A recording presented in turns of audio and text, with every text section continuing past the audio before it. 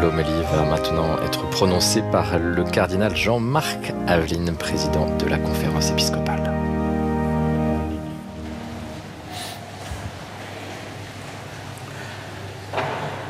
Jésus fit un fouet avec des cordes et les chassa tous du temple, ainsi que les brebis et les bœufs.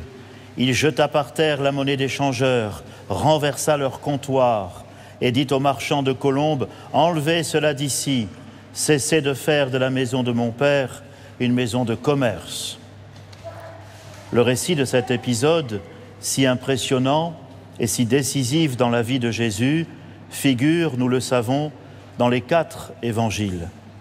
Mais alors que chez les 3 autres, il est placé à la fin du ministère de Jésus, peu avant son arrestation et sa passion, car son geste est comme la goutte d'eau qui fait déborder le vase et qui finit de convaincre ses adversaires qu'il faut vraiment l'éliminer, chez Saint Jean, le même épisode est situé non pas à la fin, mais au tout début du récit évangélique, alors que Jésus ne fait que commencer son ministère public. Comme si Saint Jean voulait nous aider à comprendre que le drame de la Passion, qui fera se lever sur le monde l'aurore du salut, n'est pas la simple conséquence d'une hostilité progressive des opposants à Jésus, qui aurait fini par convaincre Pilate de le livrer à la mort, mais bien plutôt l'intention profonde du Fils de Dieu dans son incarnation. Ma vie, nul ne la prend, mais c'est moi qui la donne. Comme s'il nous invitait, au seuil de son évangile, à contempler déjà le mystère pascal, faisant le lien entre le Verbe et la croix, entre la splendeur de la gloire et le prix de la grâce.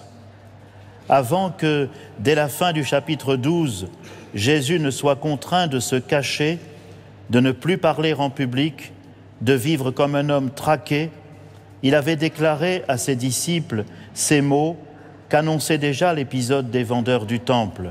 « C'est maintenant, avait-il dit, le jugement de ce monde. Maintenant, le prince de ce monde va être jeté dehors.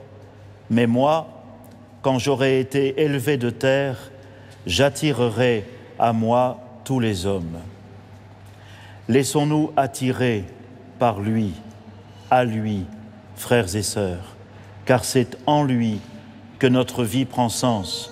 C'est en lui seulement qu'elle trouve son salut, loin de toute activité mercantile faussement religieuse. Avec la force de son esprit, apprenons à renoncer aux marchandages intérieurs par lesquels nous refusons de nous abandonner à lui et de lui faire confiance en toutes choses. Cessons de faire du trafic avec les choses de Dieu, en les utilisant sournoisement pour asseoir notre pouvoir, pour couvrir des injustices, des violences ou des agressions. Ne parlons pas du Christ comme si l'on pouvait se servir de sa gloire sans avoir éprouvé dans notre chair quelque chose de la douleur de sa croix.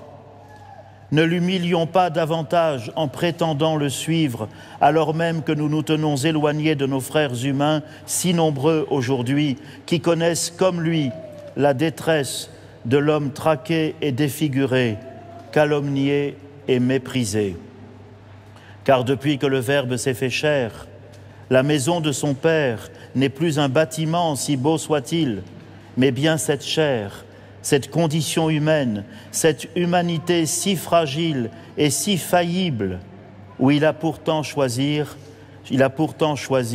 de venir établir sa demeure.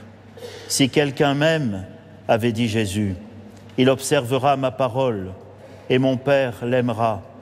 Nous viendrons à lui et nous établirons chez lui notre demeure. Je te cherchais dehors, commentait saint Augustin, mais tu étais dedans, plus intérieur à moi-même que moi-même. Mais il faut bien reconnaître, frères et sœurs, que nous avons beaucoup de mal aujourd'hui à retrouver le chemin de l'intériorité.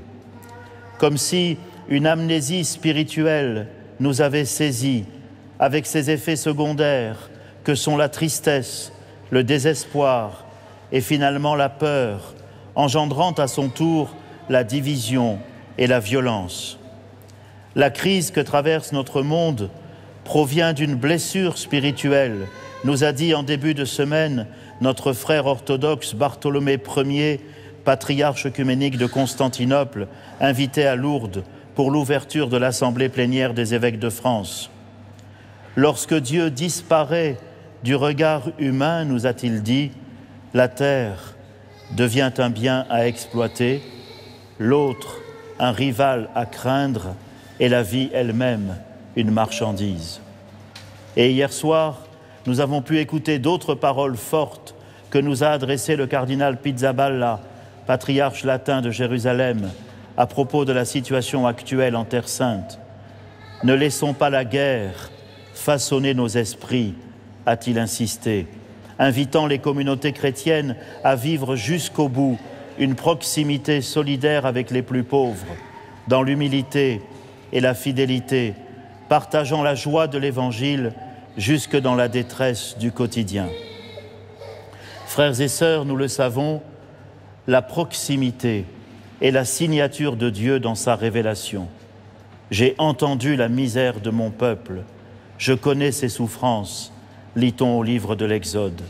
C'est cela, en définitive, la dédicace de Dieu, la signature qui atteste sa présence, le geste par lequel, en son Fils, il signe l'œuvre du salut en accomplissant les signes, libérant les captifs, guérissant les infirmes, pardonnant aux pécheurs, prenant soin des pauvres et des petits, donnant à tous sa paix.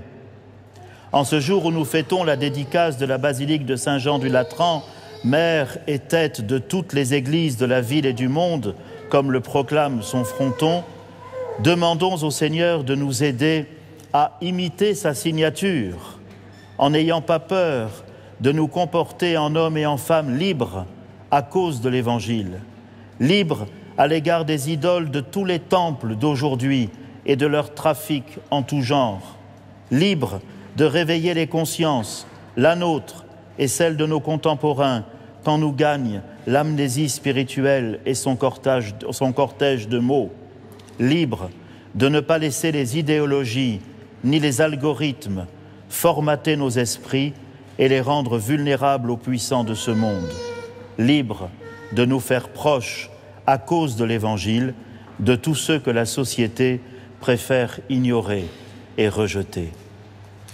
Un seul épisode dans l'Évangile de Jean, excepté le prologue, est situé avant la scène de l'expulsion des vendeurs du temple. C'est celui des noces de Cana. En racontant comment Marie attire l'attention de son fils sur le vin qui vient à manquer, Saint Jean nous suggère que la confiance que sa mère place en lui devient pour Jésus comme la goutte d'eau qui fait déborder les jarres de son cœur miséricordieux et suscite ainsi la foi de ses premiers disciples devant la gloire qui se manifeste en lui et non plus dans le temple, devenu une maison de commerce. Avec tous les pèlerins de Lourdes ce matin, demandons à la Mère de Dieu de nous aider à vivre en enfants de Dieu appelés à la liberté, pauvres de tout, mais riches du Christ. Retrouvons le chemin de l'intériorité pour écouter la voix de l'hôte intérieur. Tout ce qu'il vous dira, faites-le, avait conseillé Marie aux serviteurs de la noce. C'est encore son conseil pour nous ce matin. Amen.